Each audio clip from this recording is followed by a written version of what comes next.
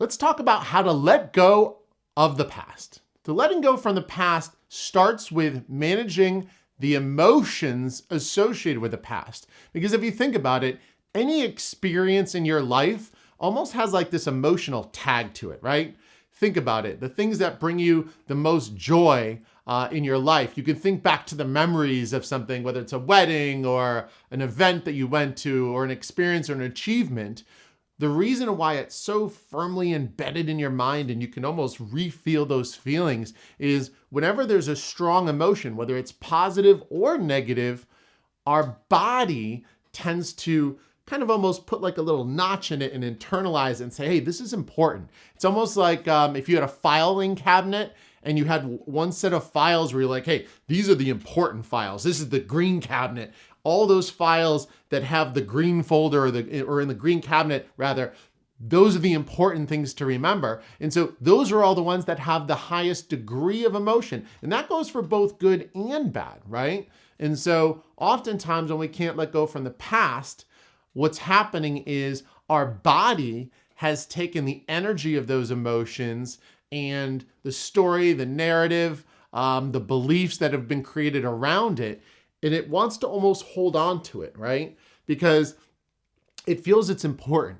And it's like, almost like anything emotionally charged has a greater value, right? And so if you're trying to let go from the past, oftentimes it's because the value of that emotion is so strong that it's being resistant to you trying to let go from it. And so in a sense, you're almost fighting yourself, but that's until you know the steps that you can learn and to take action on to let go from the past. Now, one of the things that I like to do is called reappraisal. Reappraisal is going back into that emotional past that you have and saying, well, maybe I've overvalued it, right? So it's not dismissing the emotional value you've placed on the past, but it's more reevaluating it, reappraising it to the point where you say, you know what? So-and-so cheated on me, right? Very strong emotion associated with that. You know, if you've got kids and you went through this relationship for 17 years and all of a sudden you're like, but this person cheated on me. There's a strong emotion with it. That's fine.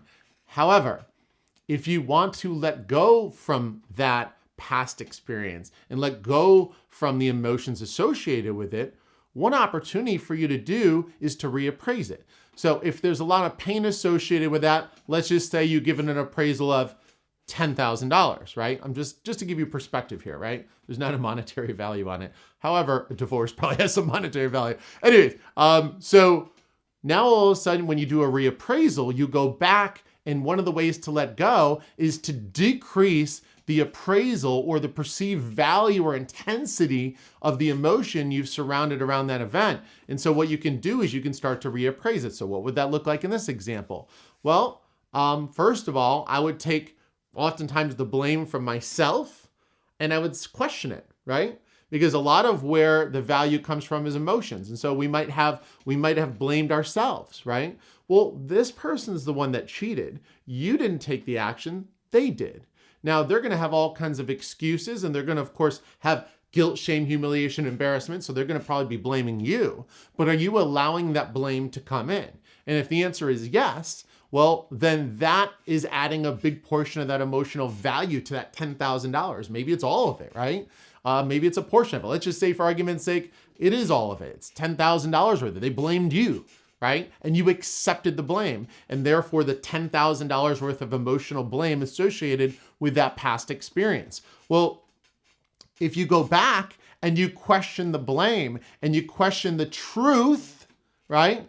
It's, the truth around the story and the narrative and the blame is often a very powerful way to say, wait a minute, I don't think this is true.